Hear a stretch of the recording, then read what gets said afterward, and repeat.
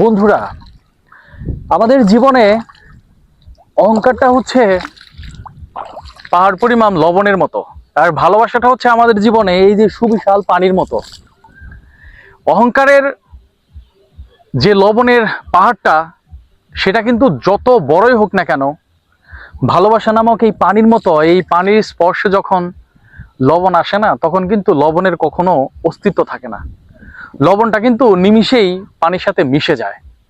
তা আমরা আমাদের জীবনে অহংকার যতই করি না কেন, সেটার সুফল কিন্তু ভালো হয় না।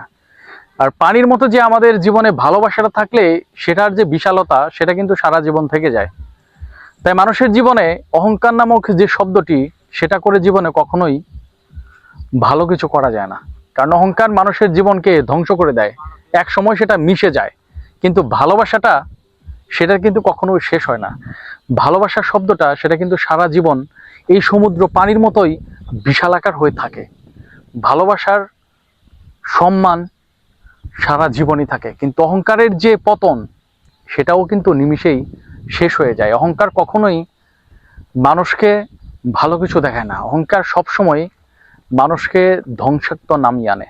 তাই জীবনে অহংকার না করে ভালোবাসাটা জরুরি। মানুষকে ভালোবাসাটা খুবই জরুরি। মানুষের জীবনে ভালোবাসাটা খুব দরকার। তাই জীবনে অহংকার না করে মানুষকে ভালোবাসতে শিখুন।